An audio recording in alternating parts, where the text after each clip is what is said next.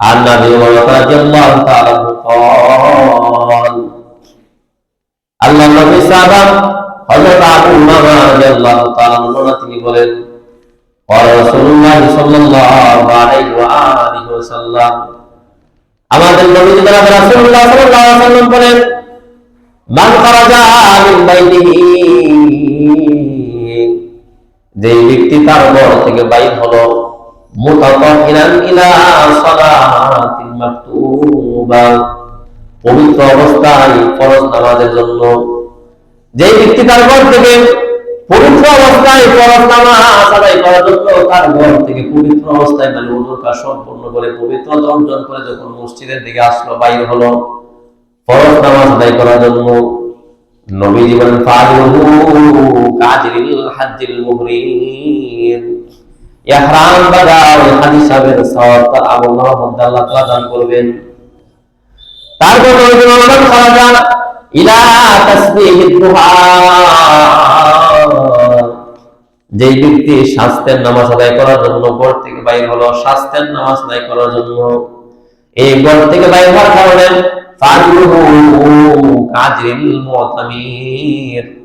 আল্লাহ তাআলা তার আমলনামায় উমরা হজ পালন করার সওয়াব তার আমলনামার মধ্যে আল্লাহ তাআলা দান করবেন। তারপর নবী বলেন সালাতু আলা সারি সালাতিহি লা বাইনাহুমা একজন মানুষ যখন একটা ওয়াক্ত ফরজ নামাজ জামাত আদায় করার পর আরেক ওয়াক্ত নামাজ আসার আগে ওই মধ্যবর্তী সময়ের মধ্যে যদি কোনো যদি কোনো একটা অপকর্ম না করে কোনো একটা অশ্লীল কথা উচ্চারণ না করে। সম্মানিত হাজরিন, গত জুমাতে আমাদের আলোচনা চলতেছিল জামাতে নামাজ আদায় করার কি ফজিলত কি লাভ। আল্লাহ তাআলা আমাকে আপনাকে নামাজের হুকুম করছেন। কোরআন শরীফের একাধিক জায়গার মধ্যে আল্লাহ তাআলা বলছেন ওয়াকিমুস সালাহ, তোমরা নামাজ কায়েম করো। এই নামাজটা আমি কিভাবে করব, এই নামাজটা পড়ার পদ্ধতি যে সিস্টেম, নামাজ আদায় করার একটা উত্তম একটা অবস্থা হলো, উত্তম একটা পদ্ধতি হলো জামাতের সাথে নামাজ আদায় করা। এই জামাতে নামাজ আদায় করা সম্পর্কে আমরা আলোচনা করতেছিলাম। জামাতে নামাজ আদায় করার এত গুরুত্ব, বলে কোন একটা এলাকার মধ্যে অথবা কোন একটা যে এলাকার মধ্যে যে জায়গার মধ্যে মানুষের বসবাস নাই, অনাবাদ জায়গা, এই অনাবাদ জায়গার মধ্যে যদি 3 জন মানুষ থাকে, কমপক্ষে 3 জন, তাহলে যেন তারা জামাত কায়েম করে, তারা যেন জামাতের সাথে নামাজ আদায় করে। এই ব্যাপারে আমাদের নবী জনাব রাসূলুল্লাহ সাল্লাল্লাহু আলাইহি সাল্লাম আমাদেরকে সতর্কবাণী করছেন। এটা হলো আজকের আলোচনার 1 নম্বর বিষয়। সেটি হলো 3 জন লোক হলেও যেন জামাতে নামাজ আদায় করা হয়, জামাতের পাবন্দি, জামাতের সাথে যাতে করে নামাজ আদায় করা হয়, এই ব্যাপারে নবীজি আমাকে আপনাকে সতর্ক করছেন। হাদিসের একটা কিতাবের নাম নাসাই শরীফ। এই নাসাই শরীফের 847 নম্বর হাদিস, 847 বর্ণনাকারী হযরত মাদান ইবনে আবি তালহা আল-ইয়াহুরি রাহিমাহুল্লাহ, ওনার বর্ণনা। উনি বলেন ক্বাল আলী আবু দারদা, আমাকে একদিন আল্লাহর নবীর সাহাবা হযরত আবু দারদা রাদিয়াল্লাহু তাআলা আমাকে বললেন আইনা মাসকানুকা, তোমার বাড়ি কোথায়, তুমি কোথায় থেকে আসছো। এই প্রশ্নটা হযরত আবু দারদা রাদিয়াল্লাহু তাআলা আমাকে করলেন। কুনতু, আমি তার প্রশ্নের জবাবে উত্তর দিলাম ফি করিয়াতিন দাওয়াইনা হিমস, হিমস একটা জায়গার নাম, হিমসের পার্শ্ববর্তী একটা গ্রাম, এই গ্রাম থেকে আমি আসছি। মানে উনি বুঝাইছে যে আমি গ্রাম্য মানুষ, আমি ওই গ্রাম থেকে আসছি। এটা শোনার পর ফাকাল আবু দারদা, হযরত আবু দারদা রাদিয়াল্লাহু তাআলা বললেন তুমি যে গ্রামের কথা বলছো, এই গ্রামের কথা শোনার পর একটা হাদিস আমার স্মরণ হয়ে গেছে। বলে সামিতু রাসূলুল্লাহ সাল্লাল্লাহু আলাইহি ওয়াসাল্লাম ইয়াকুল, যে হাদিসটা আমি জনাবে রাসূলুল্লাহ সাল্লাল্লাহু আলাইহি ওয়াসাল্লামকে বলতে শুনেছি। বলে হাদিসটা কি? নবীজি বলছেন, মা মিন সালাসাতিন ফি ক্বরিয়াতিন ওয়ালা বাদরিন, যে এলাকার মধ্যে অথবা যে অনাবাদ জায়গার মধ্যে তিনজন মানুষ থাকে, লা তুকামু ফিস সালাহ লা তুকামু ফীহিমুস সালাতি, তারা যদি সেখানে জামাত প্রতিষ্ঠা না করে, জামাত কায়েম না করে। বলে তিনজন লোক আছে একটা এলাকার মধ্যে অথবা কোন একটা অনাবাদ জায়গা, মাঠে বা ঘাটে, এই মাঠের মধ্যে তিনজন মানুষ একত্রিত আছে, বিশাল বড় মাঠ, আশেপাশে কোনো বাড়িঘর নাই।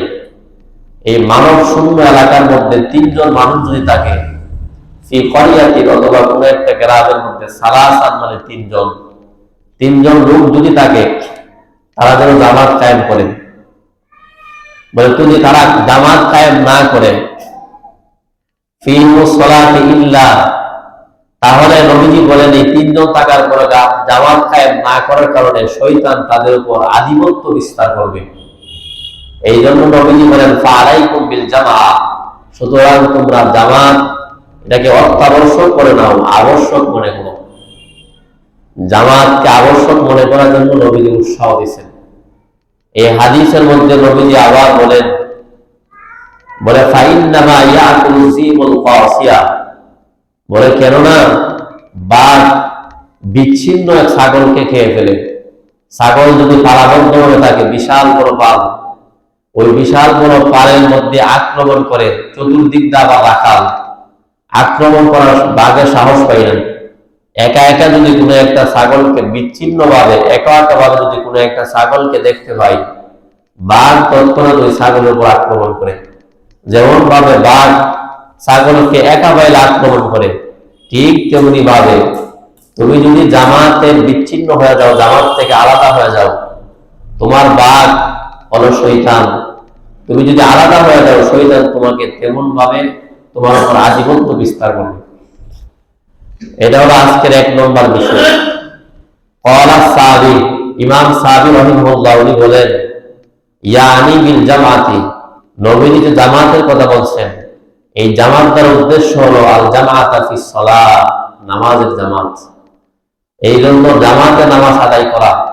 নবীজি বলেন যে এলাকার মধ্যে ফি ক্বরিয়াতিন, যে এলাকার মধ্যে তিনজন মানুষ থাকবে, ওয়ালা বাদরিন, এবং যে মানব শূন্য এলাকায়, মানব শূন্য জায়গায়, অনাবাদ জায়গার মধ্যে তিনজন থাকবে, তারা যেন ফীহিমুল জামাআ, তারা যেন জামাতের পাবন্দওয়ালা হয়ে যায়। এই হাদিস দ্বারা আমরা বুঝতে পারলাম জামাতের গুরুত্ব। তিনজন কমপক্ষে হলেও জামাতে নামাজ আদায় করা, একা একা নামাজ না পড়া। আল্লাহ তাআলা আমাদের সবাইকে 5 ওয়াক্ত নামাজ জামাতে আদায় করার তৌফিক দান করুন। এটা লাস্ট করার জন্য 1 নম্বর।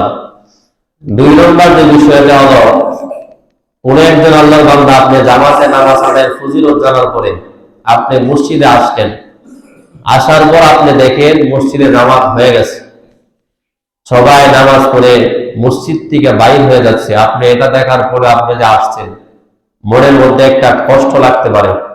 নবীজি শান্তির বাণী দিয়ে দিচ্ছেন, সান্ত্বনার বাণী। নবীজি বলেন, না, তুমি মসজিদে জামাতে নামাজ আদায় করার জন্য আসছো, আসার পরে যদি দেখো জামাত সম্পন্ন হয়ে গেছে, জামাত শেষ, তাহলে আল্লাহ তাআলা ওই জামাতে নামাজ আদায়কারীরা যে সওয়াব অর্জন করছে জামাতে নামাজ আদায় করার দ্বারা, তোমার যে চেষ্টা, আগ্রহ, তুমি যে আবেগ নিয়ে আসছিলা, এই চেষ্টার কারণে আল্লাহ তাআলা জামাতে নামাজ আদায় করার সওয়াব তোমার আমলনামায় দান করবেন। কিতাবের নাম নাসাই শরীফে, নাসাই শরীফের 855 নম্বর হাদিস। বর্ণনাকারী নবীর সাহাবা হযরত আবু হুরায়রা রাদিয়াল্লাহু তাআলা আনহু, আর নবী হুরায়রা রাদিয়াল্লাহু তাআলা আনহু আন রাসূলিল্লাহ সাল্লাল্লাহু আলাইহি ওয়া আলিহি ওয়াসাল্লাম, আল্লাহর নবী সাহাবা হযরত আবু হুরায়রা রাদিয়াল্লাহু তাআলা আনহু নবী জনাব রাসূলুল্লাহ সাল্লাল্লাহু আলাইহি ওয়াসাল্লাম থেকে বর্ণনা করেন, নবীজি বলেন, মান সাল্লা মান তাওয়াদ্দা,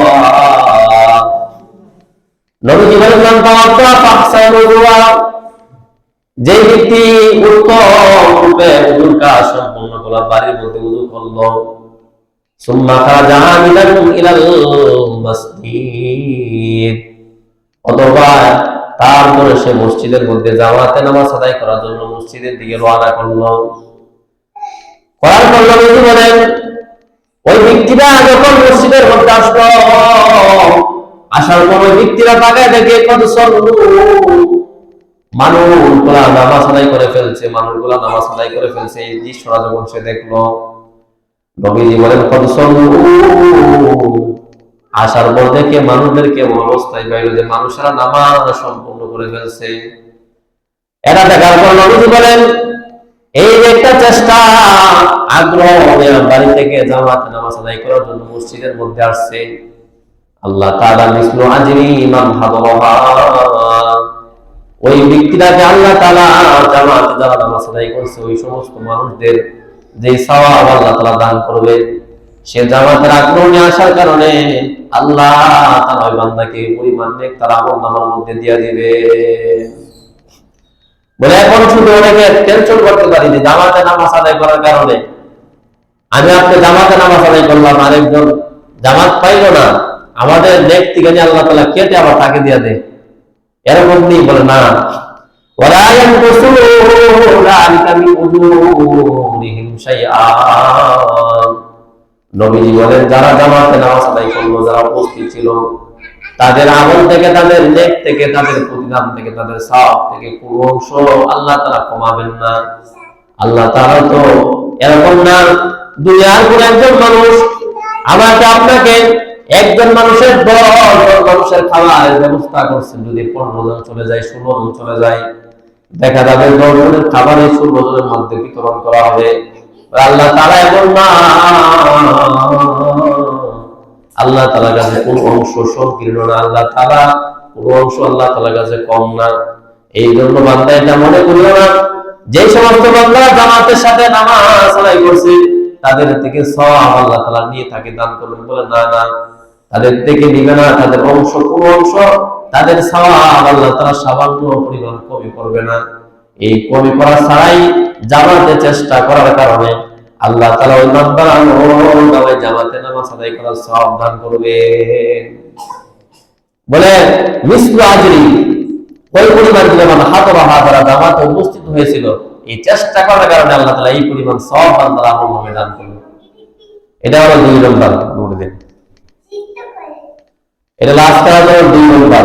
কেউ যদি জামাতে নামাজ আদায় করার জন্য মসজিদে আসে, আসার পরে সে আয়েশা দেখলো মানুষদের কেমন অবস্থায় বাইর, মানুষদের না আসা, মানুষদের এমন অবস্থায় বাইর যে কত সন্ধ্যু মানুষ নামাজ আদায় করে ফেলছে, তাহলে আল্লাহ তাআলা তাকে ওই জামাতে নামাজ আদায়কারীদের পরিমাণ সওয়াব তাআলা আমলনামায় দান করবেন।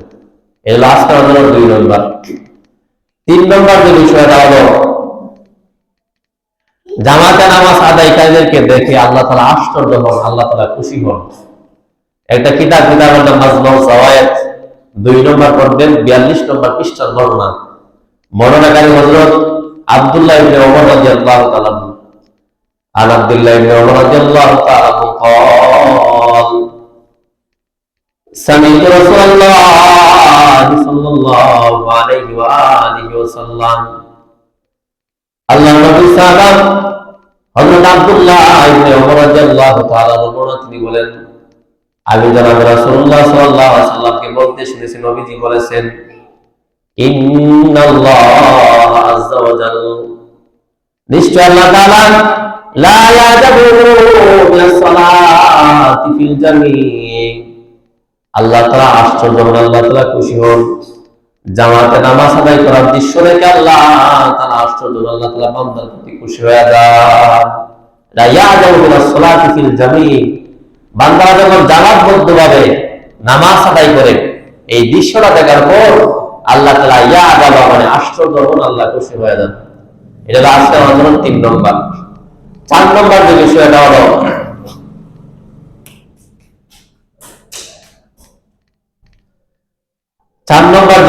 হলো একজন মানুষ ঘর থেকে বাইর হলো 5 ওয়াক্ত নামাজ, ফরজ নামাজ আদায় করার জন্য, মাকতুবা মানে ফরজ নামাজ, মসজিদে আসলো, আসার পর এই আসার কারণে নামাজ আদায় করার জন্য মসজিদে আসার কারণে বলে আল্লাহ তাআলা তাকে হাজি সাহেব যে ইহরাম বাঁধে, এই হজ করার ইহরাম বাঁধার যে সওয়াব, এই সওয়াব আল্লাহ তাআলা আমলনামে দান করবে। কেউ যদি নামাজ জামাতে আদায় করার জন্য ঘর থেকে মসজিদে আসে, তাহলে যে কিতাবের নাম আবু দাউদ শরীফে, আবু দাউদ শরীফের 558 নম্বর হাদিস, 558 558 বর্ণনাকারী হযরত আবি উমামা রাদিয়াল্লাহু তাআলা ওনার বর্ণনা, উনি বলেন আন্না আবি উমামা রাদিয়াল্লাহু তাআলা قال আল্লাহ নবী সাহাবা হযরত আবু উমামা রাদিয়াল্লাহু তাআলা তিনি বলেন قال রাসূলুল্লাহ সাল্লাল্লাহু আলাইহি ওয়া আলিহি ওয়াসাল্লাম, আমাদের নবী জনাব রাসূলুল্লাহ সাল্লাল্লাহু আলাইহি ওয়াসাল্লাম বলেন মান খারাজা মিন বাইতিহি, যে ব্যক্তি তার ঘর থেকে বাইর হলো মুতাতাহিরান ইলা সালাতিল মাকতুবা, পবিত্র অবস্থায় ফরজ নামাজের জন্য, যে ব্যক্তি তার ঘর থেকে পবিত্র অবস্থায় ফরজ নামাজ আদায় করার জন্য তার ঘর থেকে পবিত্র অবস্থায় মানে ওযুর কাজ সম্পূর্ণ করে পবিত্রতা অর্জন করে যখন মসজিদের দিকে আসলো, বাইর হলো ফরজ নামাজ আদায় করার জন্য, নবীজি বলেন ফাযুহু কাজরিল হাজ্জিল মুহরিম, ইহরাম বাঁধা ওই হাজী সাহেবের সওয়াব তার আমলনামার মধ্যে আল্লাহ তাআলা দান করবেন। তারপর নবীজি বলেন খারাজা ইলা তাসবিহিদ দুহা, যে ব্যক্তি শাস্তের নামাজ আদায় করার জন্য ঘর থেকে বাইর হলো, শাস্তের নামাজ আদায় করার জন্য, এই ঘর থেকে বাইর হওয়ার কারণে ফাযুহু কাজরিল মুতামির, আল্লাহ তাআলা তার আমলনামায় উমরা হজ পালন করার সওয়াব তার আমলনামার মধ্যে আল্লাহ তাআলা দান করবেন। তারপর নবী বলেন সালাতু আলা সারি সালাতিহি লালওয়া বাইনাহুমা, একজন মানুষ যখন একটা একত্র ফরজ নামাজ জামাত আদায় করার পর আরেক ওয়াক্ত নামাজ আসার আগে ওই মধ্যবর্তী সময়ের মধ্যে যদি কোনো যদি কোন একটা অপকর্ম না করে, কোন একটা অশ্লীল কথা উচ্চারণ না করে, অশ্লীল কাজ করে না, অশ্লীল কথা মুখে উচ্চারণ করবে, নবীজি বলেন আল্লাহ তাআলা ওই দৃশ্যটা দেখার পর ওইটা করার কারণে, কোন একটা ফাহিশা কাজ না করার কারণে, ফাহিশা কথাবার্তা না করার কারণে আল্লাহ তাআলা নবীজি বলেন আল্লাহ বাইনাহুমা কাতাবাল্লাহু ইল্লিন, আল্লাহ তাআলা তাকে ইল্লিন লিপিবদ্ধ করবেন, মানে তার মর্যাদা আল্লাহ তাআলা সর্বোচ্চ করবেন, সুউচ্চ করে দিবেন। এর মধ্যে প্রথমে আছে যদি কেউ মসজিদে বাইর হই, মান খারাজা মিন বাইতিহি, ঘর থেকে কেউ মসজিদের দিকে বাইর হলো মুতাতাহিরান ইলা সালাতিল মাকতুবা, পবিত্র অবস্থায় 5 ওয়াক্ত নামাজ ফরজ নামাজ আদায়ের জন্য মসজিদের দিকে কেউ বাইর হয়ে আসলো, এই আসার কারণে ফাযুহু কাজরিল হাজ্জিল মুহরিম, আল্লাহ তাআলা হজ আদায়কারী ইহরাম বাঁধনেওয়ালা হজ আদায়কারী, হজ আদায় করলে যে সওয়াব, ওই সওয়াব তাআলা আমলনামায় দান করবে। এটা হলো আজকের আলোচনার 4 নম্বর বিষয়। 5 নম্বর বারাআতুন মিনান নার ওয়া বারাআতুন মিনান নিফাক, কেউ যদি জামাতে নামাজ আদায় করতে পারে তাহলে আল্লাহ তাআলা তাকে 40 দিন লাগাতার জামাতে যদি নামাজ আদায় করে আল্লাহ তাআলা তাকে 2টা পরোয়ানা দান করবেন, একটা হলো মুনাফিকি থেকে মুক্তি, আর একটা হলো জাহান্নাম থেকে মুক্তি। এই কিতাবের নাম তিরমিজি শরীফের 242 নম্বর হাদিস, বর্ণনাকারী নবীর সাহাবা হযরত আনাস ইবনে মালিক রাদিয়াল্লাহু তাআলা ওনার বর্ণনা। আনাস ইবনে মালিক রাদিয়াল্লাহু তাআলা قال سمعت رسول الله صلى الله عليه وآله وسلم, আল্লাহর নবী সাহাবা হযরত আনাস ইবনে মালিক রাদিয়াল্লাহু তাআলা বর্ণনা, তিনি বলেন নবীজি কেন বলতে শুনলাম মান সাল্লা লিল্লাহি আরবাঈনা ইয়াওমান ফি জামাতিন, যেই ব্যক্তি জামাতের সাথে 40 দিন জামাতের সাথে যে ব্যক্তি নামাজ আদায় করবে লিল্লাহ, একমাত্র আল্লাহ তাআলাকে সন্তুষ্ট করার জন্য, আল্লাহ তাআলা সন্তুষ্টির জন্য, একমাত্র আল্লাহ তাআলাকে দেখানোর জন্য মানুষ আমাকে নামাজ পড়বে, মানুষ আমাকে বড় মুত্তাকি পরহেজগার হবে, এই জন্য না। বলে একমাত্র আল্লাহ তাআলাকে দেখানোর জন্য, আল্লাহ তাআলাকে সন্তুষ্ট করার জন্য। নবীজি বলেন ফি জামাতিন ইদরিকুত তাকবীরাতাল উলা, আল্লাহ তাআলাকে সন্তুষ্ট করার জন্য 40 দিন যে ব্যক্তি তাকবীর ওলার সাথে, প্রথম তাকবীরের সাথে 40 দিন নামাজ আদায় করবে জামাতের সাথে, বারাতুম, আল্লাহ তাআলা তার প্রতিবাদ লাভ বারাকাত, আল্লাহ তাআলা তাকে দুইটা পরোয়া দান করবেন, দুইটা ছাড়পত্র আল্লাহ তাআলা তাকে দান করবেন সম্মানার্থে। এক নম্বর নবীজি বলেন বারাতুম মিনান নার ওয়া বারাতুম মিনান নিফাক। এক নম্বর হলো আল্লাহ তাআলা তার নামটাকে মুনাফিকদের তালিকা থেকে আল্লাহ তাআলা কেটে দিবেন, ওয়া বারাতুম মিনান নার, আর একটা হলো তার নামকে আল্লাহ তাআলা জাহান্নামীদের তালিকা থেকে তার নামকে আল্লাহ কেটে দিবেন। দুইটা প্রতিবাদ লাভ বারাকাত, দুইটা পরোয়ানা, দুইটা ছাড়পত্র আল্লাহ আপনাকে জামাতে 40 দিন তাকবীরের সাথে, ইদরিকুত তাকবীরাতাল উলা, প্রথম তাকবীরের সাথে ইমাম সাহেব যখন মুয়াজ্জিন যখন ইকামত শেষ করে, ইকামত শেষ করার পর ইমাম সাহেব প্রথম যে তাকবীর বলেন, তাহরিমে তাকবীরে তাহরিমা যেটাকে বলে, যখন হাত বাঁধে, এই তাকবীরের সাথে যদি কেউ 40 দিন জামাতের সাথে 5 ওয়াক্ত নামাজ আদায় করতে পারে, আল্লাহ তাআলা প্রতিবাদ লাভ বারাকাত, দুইটা পরোয়া দান করবেন, বারাতুম মিনান নার ওয়া বারাতুম মিনান নিফাক, জাহান্নামীদের তালিকা থেকে তার নাম আল্লাহ কেটে দিবেন, ওয়া বারাতুম মিনান নিফাক, মুনাফিকদের তালিকা থেকে তার নাম কেটে দিবেন। এর দুইটা ছাড়পত্র আল্লাহ তাআলা তার সম্মান থেকে দান করবেন। এটা হলো 5 নম্বর।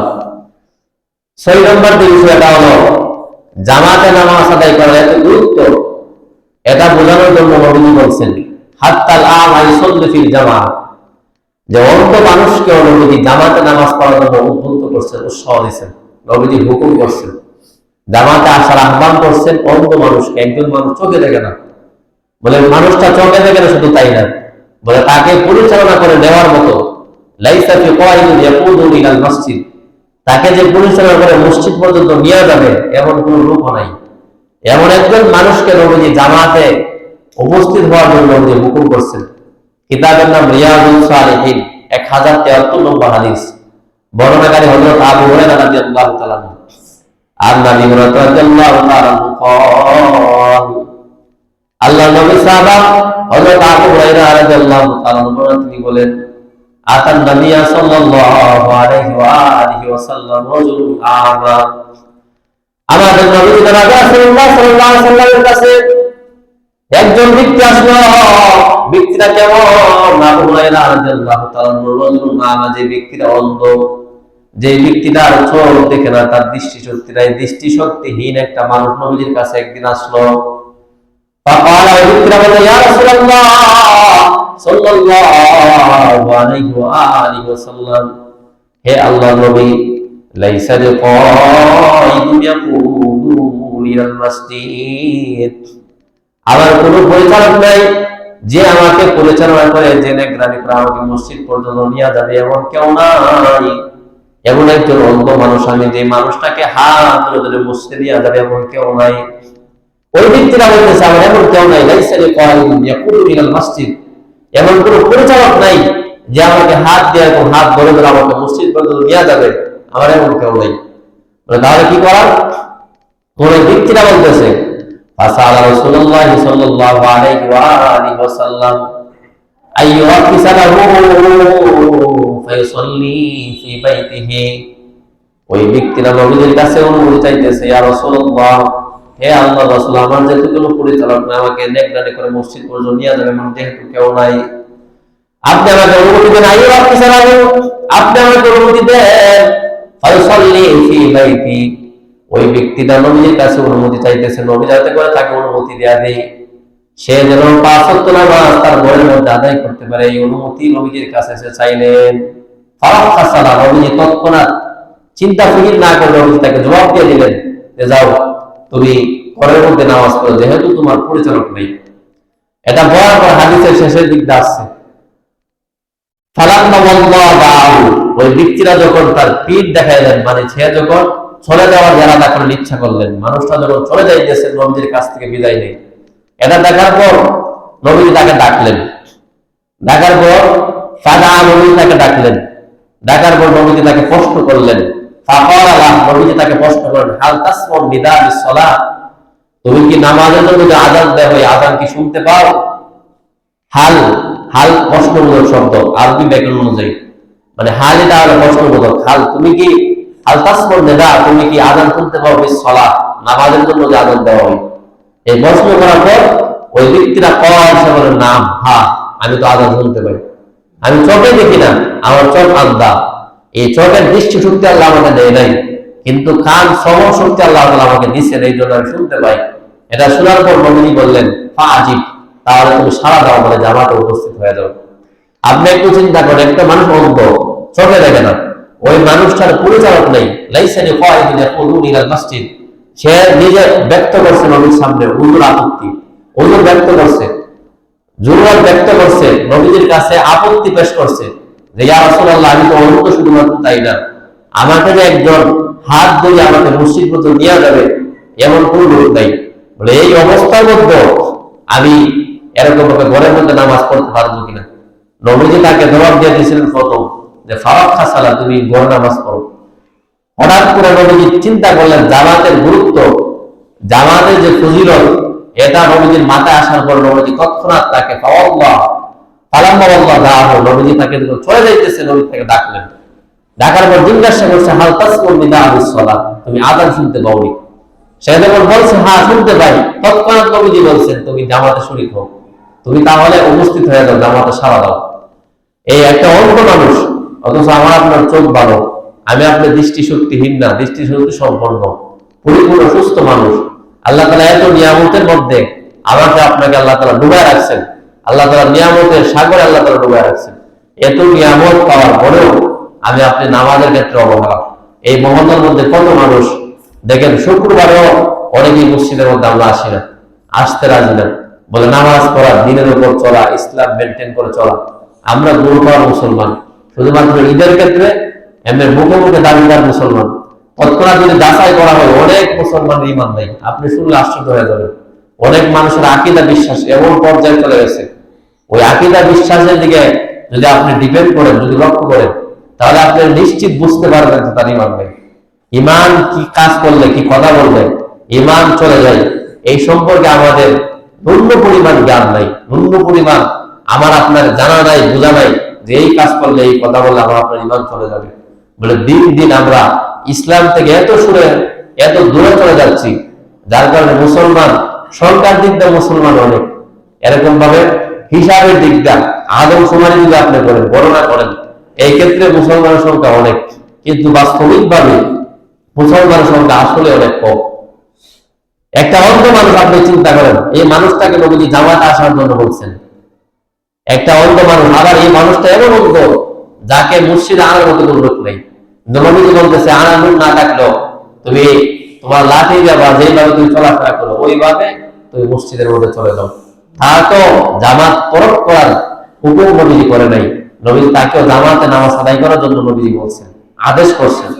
আর আমি আপনার সুস্থ সবল মানুষ, নামাজও করি না, অনেকে নামাজের ক্ষেত্রে কমর নেই, মসজিদে শুক্রবার আসি, আসার পর অস্থিরতা, কিভাবে মসজিদ থেকে বাইরে যেমন এমন মসজিদের চতুর্দিক দিকে আগুন, এরকম ভাবে জাহান্নামের আগুন বেড়ে ফেলছে, তৎক্ষণাৎ কিভাবে মসজিদ থেকে বাইরে হবে এই ফেরেশন, এরকম গুনাহ করতে করতে, নাফরমানি করতে করতে এই দিনই গুলো আমাদের মধ্যে এমন ভাবে আমাদেরকে আক্রমণ করছে, আমাদের ভিতরটা এমন হয়ে গেছে যে আমাদের কাছে আর ভালো কথা ভালো লাগে না, ভালোটাই ব্যবহার করে না। আমার আপনার সর্বোচ্চ জায়গা হলো মসজিদ, এই মসজিদকে সর্বোত্তম জায়গা বলা আছে। উত্তম জায়গার মধ্যে আসার পর সবাই নিরাপদ, অথচ আমি আপনি এই মসজিদে আসলে আমার আপনার সহ্য হয়ে, এটা আমার আপনার সবচেয়ে বড় ব্যর্থতা। যে আজকে যে ছয়টা ফজিলত করলাম জামাতে নামাজ আদায় করার, এক নম্বর আজকের আলোচনার ছিল এক নম্বর বিষয় যে 3 জন হলেও জামাত কায়েম করা। একটা এলাকায় একটা এরকম ভাবে মানব শূন্য এলাকার মধ্যে যদি 3 জন মানুষ উপস্থিত থাকে, তাদের জন্য উচিত জামাতে নামাজ আদায় করা। 2 নম্বর বিষয় হলো কেউ জামাতে নামাজ আদায় করার জন্য মসজিদে আসছে, আসার যদি জামাত নামাজ না পাই, একা একা আদায় করে, তার উপর চেষ্টা করার কারণে আল্লাহ তাআলা জামাতে নামাজের সওয়াব তার আমলনামায় দান করবেন। 3 নম্বর বিষয় ছিল জামাতে নামাজ আদায় করার দৃশ্যটা দেখে আল্লাহ তাআলা আশ্চর্য হন, আল্লাহ তাআলা খুশি হয়ে যান। 4 নম্বর যে বিষয়টা হলো কেউ যদি তার ঘর থেকে পবিত্র অবস্থায় জামাতে নামাজ আদায় করার জন্য বাইর হয়ে আল্লাহ তাআলা তাকে হজ আদায়কারীর সওয়াব আমলনামা দান করবেন। 5 নম্বর যে বিষয়টা ছিল যে কেউ যদি 40 দিন লাগাতার তাকবীরের সাথে 5 ওয়াক্ত নামাজ জামাতে আদায় করে তাহলে আল্লাহ তাআলা তাকে 2টা পরোয়ানা 4 বছর দান করবেন। মুনাফিক থেকে তার নামকে আল্লাহ কেটে দিবেন, জাহান্নামীদের তালিকা থেকে কেটে দিবেন। 6 নম্বর যে বিষয়টা হলো কেউ যদি জামাতে নামাজ আদায় করে, নবীজি জামাতে নামাজ আদায় করার উৎসাহ গুরুত্ব বুঝাইতে গিয়া নবীজি অন্ধ মানুষকে হুকুম করছেন জামাতে নামাজ আদায় করার জন্য। এই 6টা ফজিলত নিয়ে আজকে আমরা আলোচনা করছি। আল্লাহ তাআলা আমাদের সবাইকে, আমরা যারা নামাজ পড়ি না আজকে থেকে নিয়ত করেন 5 ওয়াক্ত নামাজ মুসলিম জামাতের সাথে তাকবীরের সাথে পড়বেন। আপনি মুসলমান, আপনি নামাজ পড়েন না, ইসলাম মেনটেন করে চলেন না, আপনি উল্টাপাল্টা জিন্দেগি আবার দাবি করেন মুসলমান। সর্বত্র পাওয়া দরকার, লজ্জা আমাদের দেখলে, আমাদের অবস্থা দেখলে, আমাদের কথাবার্তা শুনলে। এই জন্য নামাজ কন্ট্রোল করেন। ইন্না সালাতা তানহা আনিল ফাহশাই ওয়াল মুনকার, বলে নিশ্চয় নামাজ মানুষকে অশ্লীল ফাহশা থেকে বিরত রাখে। আপনি লাগাতার নামাজ পড়ে দেখেন 40 দিন, দেখবেন অটোমেটিক 40 দিন নামাজ আদায় করার দ্বারা আপনি নিজেকে অনেক গুনাহ থেকে হেফাজত করতেন, নিজে থেকে গুনাহ থেকে বিরত রাখতে পারবেন। অনেকে নামাজ পড়ি না, নামাজ পড়ার ইরাদা করে ইচ্ছা করি, আর সবাই আমরা জামাতে নামাজ পড়বো। আজকের থেকে আমাদের কাছে এই জুমার নামাজ 5 ওয়াক্ত নামাজ সবগুলা বরাবর করে হতে হবে। মানে জুমার দিন আসলে টুপি পাঞ্জাবি পরে মসজিদে আসবেন, জুমার বাদে মসজিদে আসবেন, এমন যাতে না হয়, এটা আমরা সবাই লক্ষ্য রাখবো। সবাই পবিত্র অবস্থায়, এখন শীতের মৌসুম, অনেকে আমরা ওযুর ক্ষেত্রে সতর্কতা অবলম্বন করা। দেখেন হাদিসের মধ্যে আসছে মান তাওয়াক্কা ফাহসানুল উযুআ, কেউ যদি উত্তম ওযু করে ফাহসানুল উযুআ, উত্তম ভাবে। শীতের মৌসুমে অনেকে ওযুর ক্ষেত্রে অবহেলা করি। ওযুর ক্ষেত্রে যদি আমার আপনার 7টা অঙ্গ ওযুতে ধৌত করা লাগে মাসা সহ, এই অঙ্গগুলা যদি আমি আপনি পরিপূর্ণভাবে ধৌত না করতে পারি তাহলে আমার আপনার ওযু হবে না, আর ওযু যদি না হয় নামাজও হবে না।